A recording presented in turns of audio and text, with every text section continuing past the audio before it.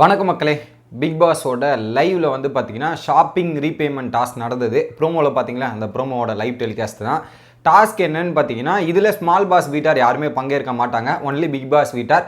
But punishment வந்து 2 வீட்டாருக்கும் சேர்ந்து. இது வரைக்கும் வந்து பிக் பாஸ் வீட்டார் மட்டும் பனிஷ்மெண்ட் அனுபவிச்சுட்டு இருந்தாங்க. பட் இன்னைக்கு ஸ்மால் பாஸ் வீட்டாரும் பனிஷ்மெண்ட்டை சேர்த்து அனுபவிக்கணும் அப்படின்ற மாதிரி டாஸ்க்கு. என்ன டாஸ்க் அப்படின்றது பார்த்தீங்கன்னா ஒன்றும் இல்லைங்க, ஒரு 3 நிமிஷம் இருக்குங்க. அந்த 3 நிமிஷத்தை வந்து ஒரு ஸ்டிக்கில் பாலை ஹோல்டு பண்ணி 2 நிமிஷம் நிற்கிறோம். அதுக்கப்புறம் ஒரு பிளாட்ஃபார்மில் இருக்கும், அந்த பிளாட்ஃபார்மில் நடந்து போகணும். இதுதான் டாஸ்க்கு. அதில் பிக் பாஸ் வீட்டு சைட்லேருந்து 6 பேர் பங்கேற்கணும். தோத்துட்டா வீட்டில் இருக்கும் சால்ட்டு, சுகரு, ஸோ அந்த ஸ்நாக்ஸ் எல்லாம் கூட சால்ட்டு சுகர் இருக்கும்ல, அந்த மாதிரி ஐட்டம் கொண்டு எடுக்கப்படும் அப்படின்ற மாதிரி சொல்லியிருந்தாங்க. பட் இதில் வந்து டிஸ்கஸ் பண்ணி 6 பேர் போனாங்க. அர்ச்சனா, மாயா, ரவீனா, அக்ஷயா, நிக்சன் மற்றும் மணிச்சந்திரா, இந்த 6 பேர் போனாங்க. பட் இதில் என்னென்னா ஒரு ஆப்ஷன் கொடுத்துருந்தாரு.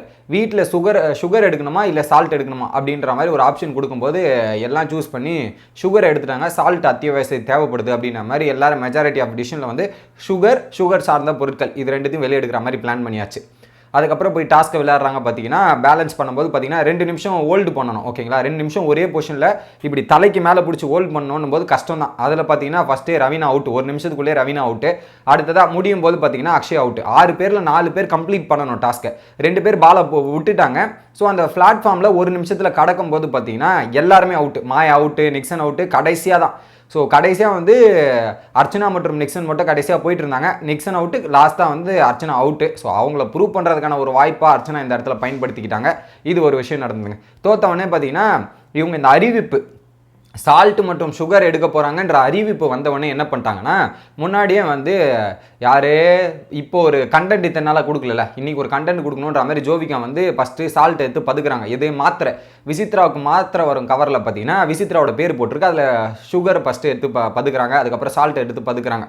பதுக்கி வைக்கும்போது பார்த்தீங்கன்னா கேப்டன் வந்து இதெல்லாம் எடுத்து கொடுக்கும்போது பார்த்தீங்கன்னா அங்கே சுகர் இருக்கிறதும் அதுக்கப்புறம் சால்ட் இருக்கிறதும் கண்டுபிடிச்சிடாரு. பட் இதுக்கு முன்னாடியே ஒரு வாக்குவாதம் நடந்தது. நாங்களாம் அப்படிலாம் பண்ண முடியாது, நீங்கள் பனிஷ்மெண்ட் அனுபவிங்க, நாங்கள் ஏன் அனுபவிக்கணும் அப்படின்ற மாதிரி ஒரு பக்கம் மாயா விசஸ் பூர்ணிமா அப்படின்ற மாதிரி ஃபன்னாக இருந்தது அந்த கான்வர்சேஷன். ஒரு சண்டை இல்லை, ஒரு ஃபன் கான்வர்சேஷன் தான். இவங்க சண்டை போடுற மாதிரியும் அவங்க இவங்களை வெறுப்பேற்றுற மாதிரி ஒரு ஃபன்னாக கான்வர்சேஷன் போச்சு. ஓகேங்களா, பட் இருந்தாலும் அவங்க கேட்குற பாயிண்ட் வந்து நாங்கள் ஏன் அனுபவிக்கணும், நீங்கள் தானே போகிறீங்க, நாங்கள் ஏன் அனுபவிக்கிறோம், எங்கள் டீமில் ஆடியன் தான் நாங்கள் அனுபவிக்கலாம், எங்கள் வீட்டிலேருந்து யாருமே அனுபவிக்காது, ஏங்க பண்ணோம் அப்படின்ற மாதிரி பல கேள்விகளை எழுப்பிட்டு இருந்தாங்க. பட் அதெல்லாம் செல்லாது அப்படின்றது தெரிஞ்சு போச்சு. பட் இதை எடுத்தவொடனே தினேஷ் என்ன பண்ணிட்டாரு, ஃபஸ்ட்டு சால்ட்டை கண்டுபிடிச்சிட்டாரு. 2வது சுகரையும் கண்டுபிடிச்சோடனே ஜோவிகா வந்து அந்த இது எடுத்துகிட்டு போயிடறாங்க. தினேஷ் கிட்ட இருந்து வாங்கிட்டு போய் வெளியே கார்டன் ஏரியாவில் ஒழிச்சு வச்சுறாங்க. ஸோ இந்த கவர் மேலே விசித்ராவோட பேர் இருக்குது. விசித்ரா மேலே ஆல்ரெடி தினேஷுக்கு கொஞ்சம் கடுப்பு இருக்குல்ல. ஸோ விதிமீறல் விசித்ரா, விதியை மீறுவாங்க, இதெல்லாம் பண்ணுவாங்க அப்படின்னும் போது பார்த்தீங்கன்னா விசித்ரா மேம் கொடுங்க அப்படின்னு கேட்குறாரு. விசித்ரா மேம் நான் எடுக்கலடா, எடுக்கல இருந்தால் கொடுக்குறேன் அப்படின்ற மாதிரி இவரும் பல வாட்டி கேட்குறாரு, பல இடங்களில் தேட்டாரு, கிடைக்கல. பட் வெளியே போய் பார்த்தீங்கன்னா ஜோவிகா கிட்ட கேட்கும்போது ஜோவிகா கோத்து விட்டாங்க. என்னன்னா, ஸோ விசித்ராவோட மைக்கில் தான் வச்சோம் அப்படின்ற மாதிரி இவர் மைக்கில் வந்து எடுக்கும்போது மைக்கிலையும் இல்லை. இந்த மாதிரி விஷயங்கள்லாம் நடக்குது. அதுக்கப்புறம் பார்த்தீங்கன்னா தினேஷ் வந்து ஒரு பிளான் போடுறார். என்ன பிளான்னா, அர்ச்சனா கூப்பிட்டு, அர்ச்சனா அவங்க மேலே ஒரு பாசத்தை வச்சு கேம் விளாட்லாம், அர்ச்சனா மற்றும் விசித்ராவோட பாசம் உண்மையாக பொய்யா அப்படின்ற மாதிரி ஒரு விஷயத்தை கேட்குறாரு.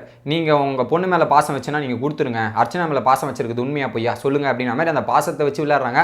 அர்ச்சனா கேட்டுமே விசித்ரா கொடுக்கல. அதுக்கப்புறம் என்ன சொல்கிறாரு, நீங்கள் அந்த கோல்டு ஸ்டாரை கொடுங்க, நான் கொடுக்குறேன் அப்படின்ற மாதிரி விசித்ரா ஒரு டீல் பேசுகிறாங்க.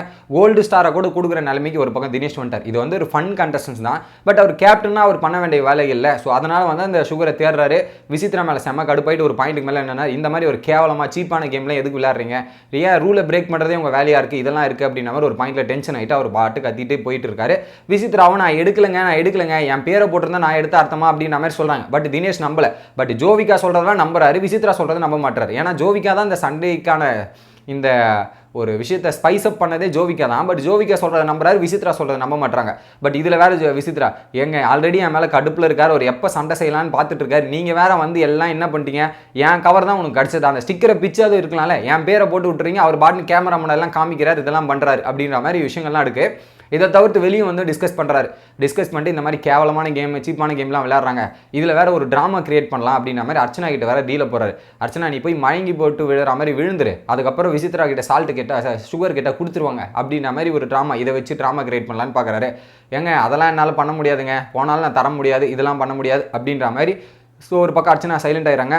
பாத்தியா உங்கள் அம்மா உங்கள் மேலே பாசம் வச்சுக்கிறது பொய், 50 பைசா கூட தேரல, 2 பைசாவும் தேரலன்ற மாதிரி இங்கே ஒரு விஷயத்த பண்ணிட்டு கடைசியில் வந்து விசித்தராக டைம் கொடுத்துட்டு வர்றாரு. 15 நிமிஷம் தாங்க டைமிங்கே. அந்த 15 நிமிஷத்தில் நீங்கள் உப்பை இல்லை சால்ட்டுன்ற நானே கன்ஃபியூஸ் ஆகிட்டேன், சாரி, சுகரை திருப்பி கொடுத்துடணும். 15 நிமிஷத்தில் சுகரை திருப்பி கொடுத்துடணும். இதுதான். இல்லைனா பாருங்கள், பிக் பாஸ் வந்து கேஸை கட் பண்ணுறாரு, அதுக்கப்புறம் உங்களுக்கும் ப்ரோஜன் இல்லை எங்களுக்கும் ப்ரோஜன் இல்லை பார்த்துங்க அப்படின்ற மாதிரி ஒரு டைமிங் கொடுத்துட்டு வந்திருக்காரு.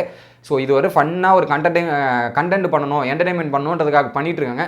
பட் அவரும் வந்து சீரியஸாக வந்து கேப்டனாக நான் என் வேலையை கரெக்டாக பார்க்கணும்ல, அதனால் அவரும் ஒரு பக்கம் சீரியஸாக பண்ணிட்டு இருக்காரு.